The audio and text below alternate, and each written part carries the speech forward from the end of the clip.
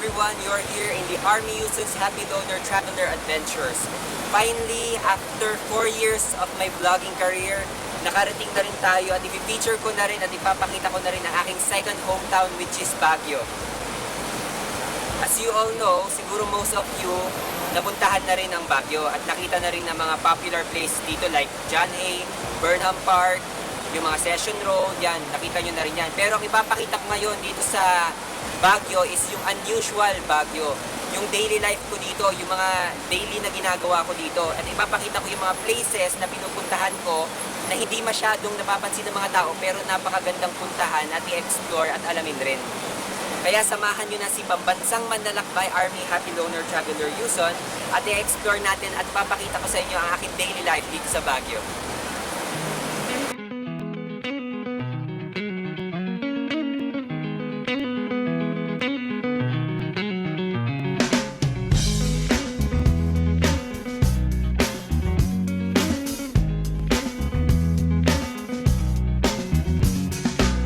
To decide that the things that I tried were in my life just to get high on. When I sit alone, come get a little known, but I need more than myself this time. Step from the road to the sea to the sky, and I do believe that we rely on. When I lay it on, come get to play it on, all my life to sacrifice. Andito tayo ngayon sa Baguio Cathedral, dito sa kanilang Park Square. Nakikita nyo na isa rin to sa mga daily life ko dito sa Baguio, dito sa hometown ko. Kasi sa second na hometown ko, kasi kapag walang ginagawa, pag wala masyadong work at pag-aaral, andito lang ako, bibili ako ng coffee and bibili ako ng burger, kakain lang dito, magre-relax, titingnan yung mga tao naglalakad yung pumupunta sa church and nakakapag-isip and nakakapag-pray rin. So, isa rin to sa mga places dito na hindi masyadong pinapansin pero napakagandang gawin dito sa Baguio. So, pag umaga, nagja-jogging ako papunta dun sa Burnham Park kung saan ako umiikot ng rounds. Hey, oh, listen what I say, oh,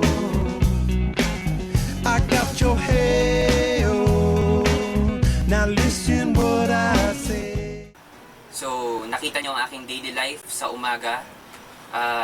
Usually, 2 to 3 times a week ako regular na nagda-jog. Kapag wala akong adventure, ginagawa ko yun. Pero pag may adventure ako, nililipasan ko muna ang jogging. Syempre, pagod na pagod katawan ko. So, katatapos ko lang mag 15 rounds dito sa Burnham Park.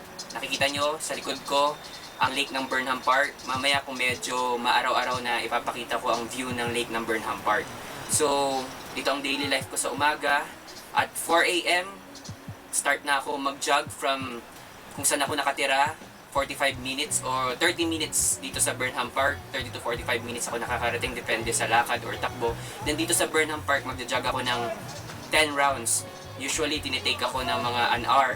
Tapos, pag pauwi na, another 30 to 45 minutes, medyo walk na lang ako pauwi ng bahay. So, kapag andito na kayo sa Baguio, itry nyo rin mag-jog sa umaga dito sa Burnham Park. Napakagandang experience na makita rin ang umaga sa Baguio. So, napakaganda kasi malamig. Makikita nyo ang lake. Nag-create siya ng fog. So, itry nyo at may better experience kaysa sa nakikita nyo maraming tao at hapon sa Burnham Park. Mas makita nyo tahimik lang ang Burnham Park kasi napaka-peaceful. Hey, oh, oh. When will I know that I really can go to the well once more? Time to decide on when it's killing me. When will I really see all that I need to look inside? Come to believe that I better not leave before I get my chance to ride. When it's killing me, what do I really need? All that I need to look inside. Hey, oh. Andito ako ngayon sa Amphitheater Historical Core dito sa Camp John Hay. Isa rito sa mga places na lagi kong pinupuntahan kapag malungkot ako or gusto ko mapag-isa or makapagsulat or makapag-isip. Pinupuntahan ko rin itong Historical Core Amphitheater ng Camp John Hay. Kasi napaka-peaceful dito, tahimik, hindi masyadong pinupuntahan ng tao, malayo sa town or city. Titingnan natin, iikutin natin, pupuntahan natin yung Secret Garden kung saan talaga yun ang pinakatambayan ko talaga kapag malungkot ako. Listen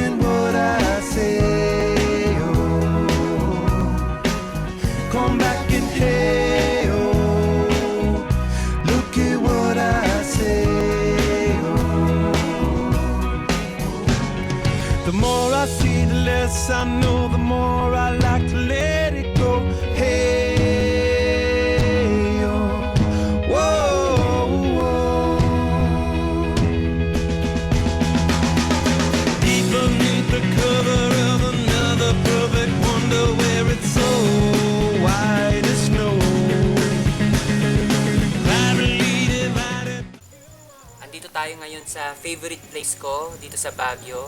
Dito tayo sa Secret Garden. So, madalas ko itong pinupuntahan kapag gusto kong magsulat. Magdadala lang ako ng picnic basket na laman ng mga foods, drinks. Tapos uupo na ako sa shed and mag-iisip-isip na ako, magpapahinga.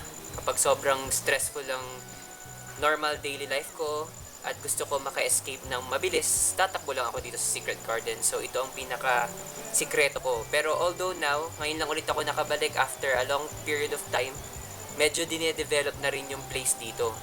So, nakakasad kasi hindi na siya yung place na pwede kang makapag-isip dahil nga dinedevelop na. Pero habang hindi pa siya fully developed, ine-enjoy ko na lahat, sinusulit ko na yung place na kung saan most of my writings, most of my songs na kinompose ko, dito ko ginawa. And dito ko talaga nakakapag-isip, nakakapag-relax kapag may dinadala ka. So, isa to sa mga places na nire-recommend ko rin sa inyo habang hindi pa din-develop. Nire-recommend ko rin sa inyo na tingnan nyo rin ang place na to kasi napakaganda. Ito ang mga unusual places dito sa Baguio na hindi na nakikita at napapansin pero napakaganda. I was so undecided and there's nowhere to go. In between the cover of another perfect wonder, and it's so white as snow. Running through the field where all my tracks will be concealed, and there's nowhere to go. Oh! Kapag sandito ako ngayon sa night market dito sa Baguio, mahahanap ko siya dito sa Harrison's. Mag-start siya ng 9 p.m. hanggang 12 midnight. So lahat ng mga gusto nyo bilhin dito na mura, kaysa bilhin nyo pa sa mall, dito nyo na lang puntahan sa Harrison's night market dito sa Baguio.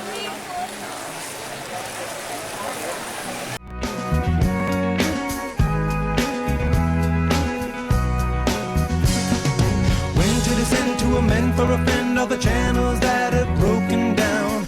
Now you bring it up, I'm gonna bring it up just to hear you sing it out. Step from the road to the sea to the sky and So guys, alam nyo ba na isa rin sa mga favorite restaurants ko dito is yung Little John's dito sa Camp John Hay. And para sa akin, they have the best baby back ribs dito at napaka-affordable pa ng price. So kapag andito kayo sa Baguio, subukan nyo lang dito, punta kayo sa Mile High Center at bisitahin nyo ang Little John's at subukan nyo ang kanilang specialty baby back ribs.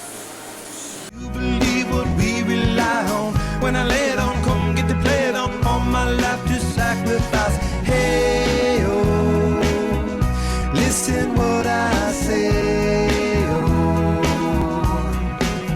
I got your hey, oh, listen what I say. Andito tayo ngayon sa Zio's Pizzeria.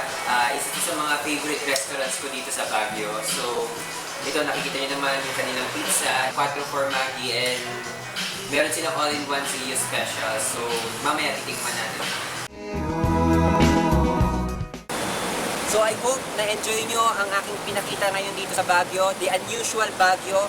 Hindi ito yung mga places na kadalasang pinupuntahan ng mga tao pero napakagandang bisitahin. So, sa ulitin, bisitahin nyo ang aking blog site, ang aking website lagi, armyyusun.com. Yeba!